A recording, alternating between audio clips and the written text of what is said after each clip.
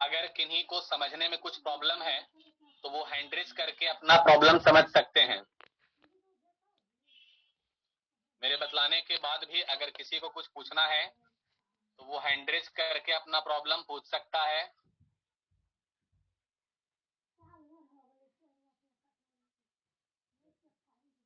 या किन्हीं को कुछ पूछना है तो वो जल्दी से हैंड रेज करो।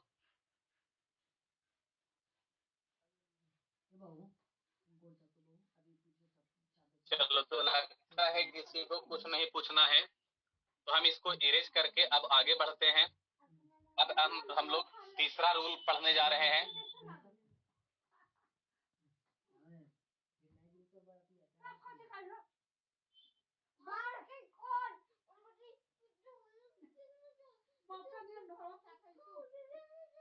एक स्टूडेंट गौतम ने हैंड रेज किया है, मैं आपको अनम्यूट करता हूं। गौतम, पूछिएगा आपको क्या प्रॉब्लम है।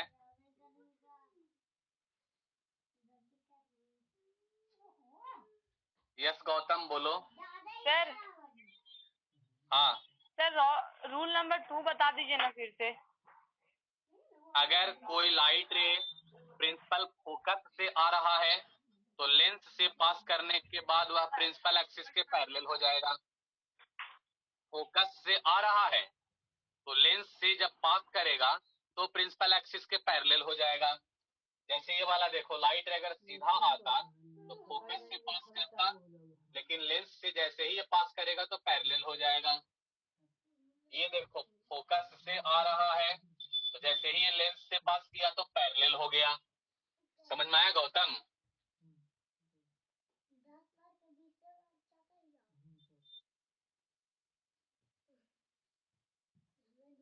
चलो, और अगर किन्हीं को कुछ पूछना है तो वो हैंड रेज करके पूछ सकते हैं।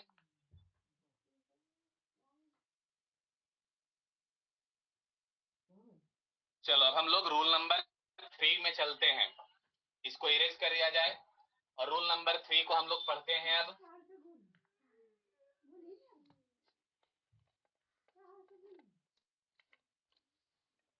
देखो, रूल नंबर 3 में ये कहता है कि अगर कोई लाइट रे ऑप्टिकल सेंटर पर आ रहा है, लैंग्वेज को ध्यान देना बच्चों, अगर कोई लाइट रे ऑप्टिकल सेंटर पर आ रहा है तो वह स्ट्रेट पास करेगा, वो कहीं मुड़ेगा नहीं।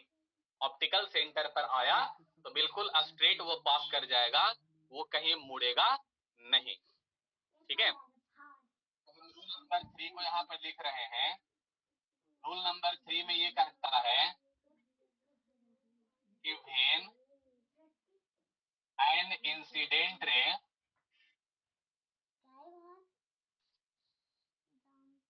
comes at optical center, then it passes straight without any deviation। Deviation का मतलब होता है मुड़ना। बिना मुड़े हुए वो स्ट्रेट पास करेगा। चलो फिगर देखते हैं। मान लेते हैं कि ये हम लोग एक लेंस बना दिए। कौन सा लेंस है बच्चों ये? तो ये है कॉन्वेक्स लेंस। ठीक है, कौन सा लेंस है ये? तो ये है कॉन्वेक्स लेंस। ये इसका हो गया प्रिंसिपल एक्सिस, ये हो गया इसका नॉर्मल, ये कहलाएगा ऑप्टिकल सेंटर, जिसको हम लोग O से रिप्रेजेंट करेंगे। ऑप्टिकल सेंटर को O से रिप्रेजेंट करेंगे। तो अगर कोई लाइट रे ऑप्टिकल सेंटर पर इस तरह से आया तो वो कहीं मुड़ेगा नहीं, बिल्कुल वो स्ट्रेट इस तरह से पास कर जाएगा। ठीक है, तो ये हम बनाए हैं कॉन्वेक्स लेंस के लिए। और अब बतलाने जा रहे हैं कॉनकेव लेंस के लिए। ये मान लो कि एक कॉनकेव लेंस हो गया, ये इसका हो गया नॉर्मल और ये इसका हो गया प्रिंसिपल एक्सिस। ये कहलाएगा ऑप्टिकल सेंटर। इस तरह से अगर कोई लाइट रे आया तो वो कहीं मुड़े हुए, वो कहीं मुड़ेगा नहीं, बिल्कुल स्ट्रेट पास कर जाएगा। ये किसके लिए फिगर हो गया? कॉनकेव लेंस के लिए फिगर हो गया।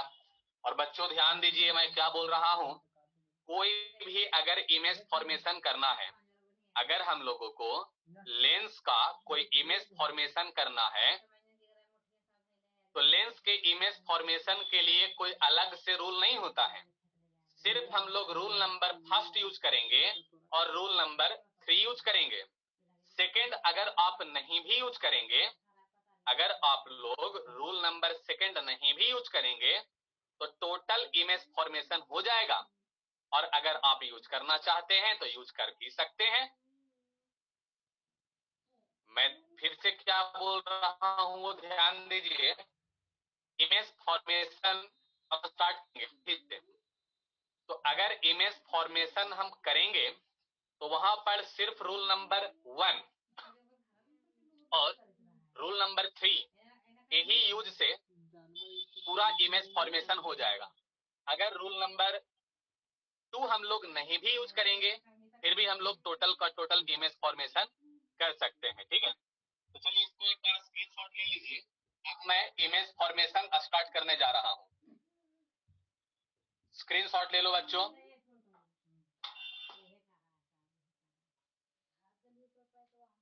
आई होप सभी लोग इसका स्क्रीनशॉट ले चुके हैं।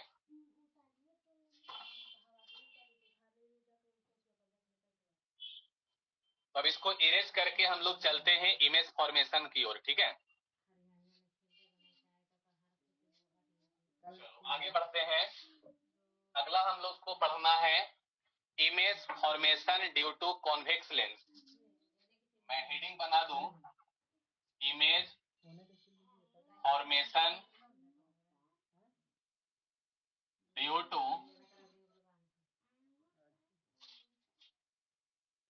Convex lens. कॉन्वेक्स लेंस का इमेज फॉर्मेशन पढ़ने जा रहे हैं। देखना आप लोग, सबसे पहला इमेज फॉर्मेशन है, ऑब्जेक्ट को रख दिया गया है एट इनफाइनाइट। इनफाइनाइट को हम लोग इस प्रकार से रिप्रेजेंट करते हैं। बच्चों ध्यान दीजिए, अगर ऑब्जेक्ट इनफाइनाइट पे रखा जाता है तो जो इंसिडेंट रे होगा वो हमेशा एक दूसरे के पैरेलल होगा। अगर ऑब्जेक्ट को इनफाइनाइट पे रख दिया जाए तो इंसिडेंट रे जो होगा वो हमेशा एक दूसरे के पैरेलल होगा। इंसिडेंट रे कैसा होगा? एक दूसरे के पैरेलल होगा। ठीक है, तो हम एक कॉन्वेक्स लेंस बना लें। तो ये हो गया कॉन्वेक्स लेंस, ये इसका हो गया प्रिंसिपल एक्सिस, ये हो गया इसका नॉर्मल। इस पॉइंट को हम लोग कहते हैं ऑप्टिकल सेंटर, जिसको O से रिप्रेजेंट करते हैं। ये वाला हो गया मान लो कि F1, इस पॉइंट को मान लो कि F2 कह दिया गया। ये हो गया मान लिया जाए कि दूसरा सेंटर ऑफ कर्वेचर, जिसको C2 से रिप्रेजेंट करेंगे। और ये हो गया पहला सेंटर ऑफ कर्वेचर, जिसको C1 से रिप्रेजेंट करेंगे। एक लाइट रे मान लो कि हम ले लिए हैं ये प्रिंसिपल एक्सिस के पैरेलल। तो अगर ये प्रिंसिपल एक्सिस के पैरेलल है तो ये प्रिंसिपल फोकस से पास करेगा और ये F2 से पास करेगा। इसको इस तरह से F2 से पास करवा दिया जाए तो ये इस प्रकार से F2 से पास कर गया। अब नीचे में भी एक और लाइट रे ले लो प्रिंसिपल एक्सिस के पैरेलल। अगर ये लाइट भी प्रिंसिपल एक्सिस के पैरेलल है तो ये भी प्रिंसिपल फोकस से पास करेगा, मतलब F2 से पास करेगा। तो इसको भी इस प्रकार से F2 से पास करवा दो। कहां पर दोनों इंटरसेक्ट किया बच्चों? F2 पर। ये दोनों जो रिफ्रैक्टेड रे है, ये जो दोनों जो रिफ्रैक्टेड रे है, ये रिफ्रैक्टेड रे कहां पर इंटरसेक्ट किया? F2 पर। इसीलिए इमेज भी कहां बनेगा? F2 पर बनेगा। इसीलिए हम लिख सकते हैं position of image, position of image क्या होगा? At F2। अगर हम लोग साइज ऑफ इमेज लिखें, इमेज का साइज तो इमेज का साइज होगा पॉइंट साइज्ड। पॉइंट साइज्ड मतलब एक पॉइंट के बराबर। अगर हम लोग नेचर का बात करें, नेचर ऑफ इमेज, ये देखो बोल्ड लाइन के इंटरसेक्शन से इमेज बन रहा है। जब बोल्ड लाइन इंटरसेक्ट करेगा और इमेज बनेगा तो वो इमेज हमेशा रियल होता है। कौन सा होता है? रियल। और रियल के साथ पेयर कौन लगता है? इनवर्टेड। इसीलिए नेचर ऑफ इमेज क्या हो जाएगा? Real and inverted. ठीक है, इसके बाद दूसरा देखते हैं। ऑब्जेक्ट को रख दिया गया है between infinite and C1। Object को इनफाइनाइट और C1 के बीच में रख दिया गया। तो मान लेते हैं कि ये हो गया कॉन्वेक्स लेंस, ये इसका हो गया प्रिंसिपल एक्सिस, ये हो गया नॉर्मल। इस पॉइंट को हम लोग कहेंगे ऑप्टिकल सेंटर, जिसको O से रिप्रेजेंट करेंगे। ये हो गया F1, ये हो गया F2, ये हो गया C1 और ये हो गया C2। ऑब्जेक्ट को कहां पर रखना है? C1 और इनफाइनाइट के बीच में रखना है। तो ये रहा C1 और इधर रहेगा इनफाइनाइट। तो इसे इनफाइनाइट और C1 के बीच में रखना है। तो मान लिया जाए कि यहाँ पर रख दिया गया। एक लाइट रे निकालो प्रिंसिपल एक्सिस के पैरेलल। अगर ये लाइट रे प्रिंसिपल एक्सिस के पैरेलल है तो ये फोकस से पास करेगा, मतलब F2 से पास करेगा। तो इसको इस प्रकार से F2 से पास करवा दिए, तो ये F2 से चला गया। और एक लाइट रे इस तरह से अगर ऑप्टिकल सेंटर पर आया तो बिना कहीं मुड़े हुए ये स्ट्रेट चला जाएगा। तो ये स्ट्रेट इस तरह से पास कर गया। रिफ्रैक्टेड रे कहां पर मीट किया बच्चों? यहां पर मीट किया, यानी कि यहां पर ये बन गया इमेज। ये हो गया ऑब्जेक्ट और ये बन गया इसका इमेज। अगर आपसे हम ये पूछें कि इमेज कहां पर बन रहा है, अगर आप लोगों से हम ये पूछें कि इमेज कहां पर बन रहा है, तो आपका ये जवाब होना चाहिए कि इमेज F2 और C2 के बीच में बन रहा है। कहां बन रहा है बच्चों? F2 और C2 के बीच में बन रहा है। तो हम यहां लिखते हैं पोजीशन ऑफ इमेज। तो क्या होगा इमेज का position? Between F2 and C2। F2 and C2 के बीच में इमेज बन रहा है। साइज ऑफ इमेज, इमेज का साइज क्या है? इतना बड़ा ऑब्जेक्ट है और इतना बड़ा इमेज बना है। तो इमेज आपको ऑब्जेक्ट से छोटा दिख रहा है या बड़ा दिख रहा है या बराबर दिख रहा है? तो ये इतना छोटा है ऑब्जेक्ट, सॉरी इमेज, और इतना बड़ा है ऑब्जेक्ट। तो इमेज का साइज ऑब्जेक्ट के तुलना में छोटा है ना, तो size of image smaller.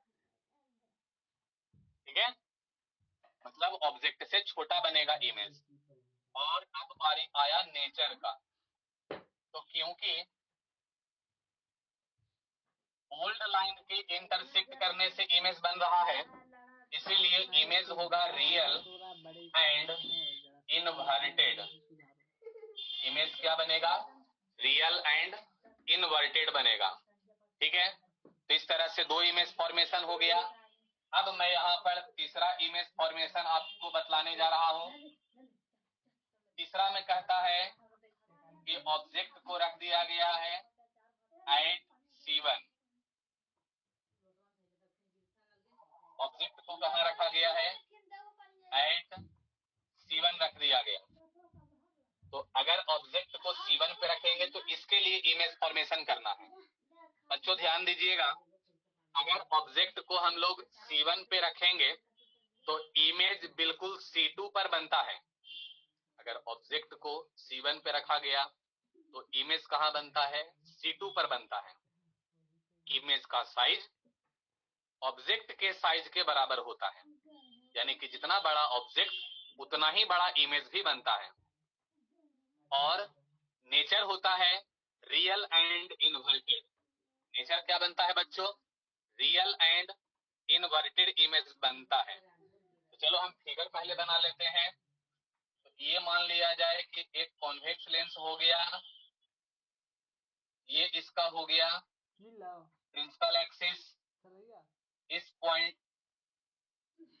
Point को ऑप्टिकल सेंटर कहेंगे। ये हो गया मान लो कि F1 और ये इधर हो गया मान लिया जाए कि C1। ये इधर हो गया F2 और ये इधर हो गया C2। ठीक है, एक ऑब्जेक्ट को C1 पे रख दिया जाए, मतलब यहाँ पर रख दिया जाए। एक लाइट रे निकालो प्रिंसिपल एक्सिस के पैरेलल। तो ये लाइट रे प्रिंसिपल एक्सिस के पैरेलल आया। तो जब लाइट रे प्रिंसिपल एक्सिस के पैरेलल होता है तो ये फोकस से पास करेगा। इसको इस तरह से फोकस से पास करवा दो, मतलब F2 से पास करवा दो। F2 से पास कर गया ये, ठीक है। एक लाइट रे इस तरह से ऑप्टिकल सेंटर पर आया बिना कहीं मुड़े हुए, ये स्ट्रेट इस तरह से चला जाएगा।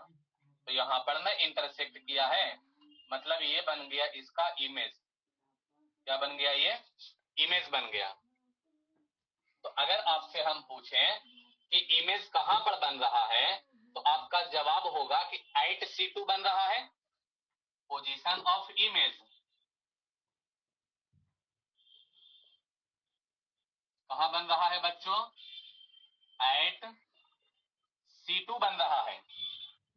साइज अगर आप लोगों से पूछा जाए, साइज ऑफ इमेज, तो क्या है इसका साइज, जितना बड़ा ऑब्जेक्ट उतना बड़ा इमेज। यानी कि हम लिख सकते हैं सेम एज ऑब्जेक्ट। और इसके बाद अगर हम लोग नेचर में आ जाएं, नेचर ऑफ इमेज, तो बोल्ड लाइन के इंटरसेक्शन से क्योंकि ये इमेज बना है, इसीलिए इसका इमेज होगा रियल एंड इनवर्टेड।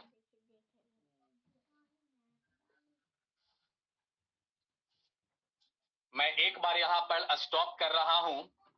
आप लोगों को अगर कहीं पर कुछ प्रॉब्लम है तो स्क्रीनशॉट के पहले ही आप हैंड रेज करके पूछो।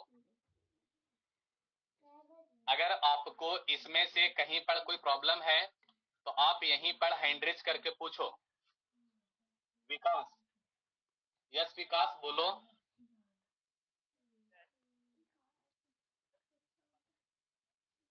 बोलो विकास। आवाज आपका बहुत धीमा आ रहा है, आप थोड़ा जोर से बोलिए।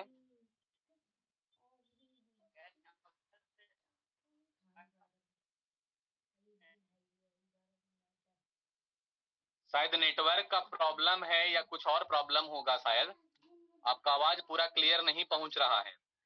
तो मैं चैट ओपन कर दे रहा हूं विकास, आप चैट में लिखिए जो आपको पूछना है सो। ठीक है, आपका आवाज नहीं पहुंच रहा है, इसीलिए हम चैट आपके लिए ओपन कर दे रहे हैं।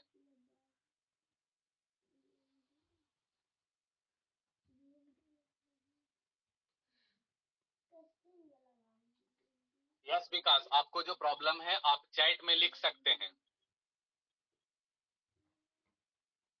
या और भी स्टूडेंट को अगर कुछ प्रॉब्लम है तो वो भी चैट में लिख सकता है।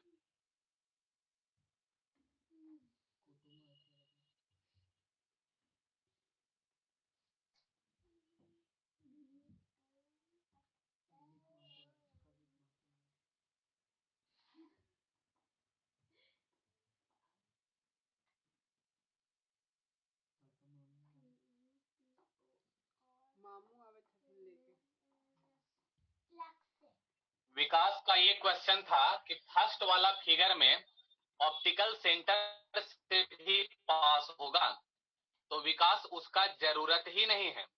मैं ये आपको स्टार्टिंग में ही बतलाया था, अभी भी मैं बतलाया था कि अगर ऑब्जेक्ट इनफाइनाइट पे रखा रहता है तो लाइट रे हमेशा एक दूसरे के पैरेलल होगा। तो अगर एक लाइट रे को प्रिंसिपल एक्सिस के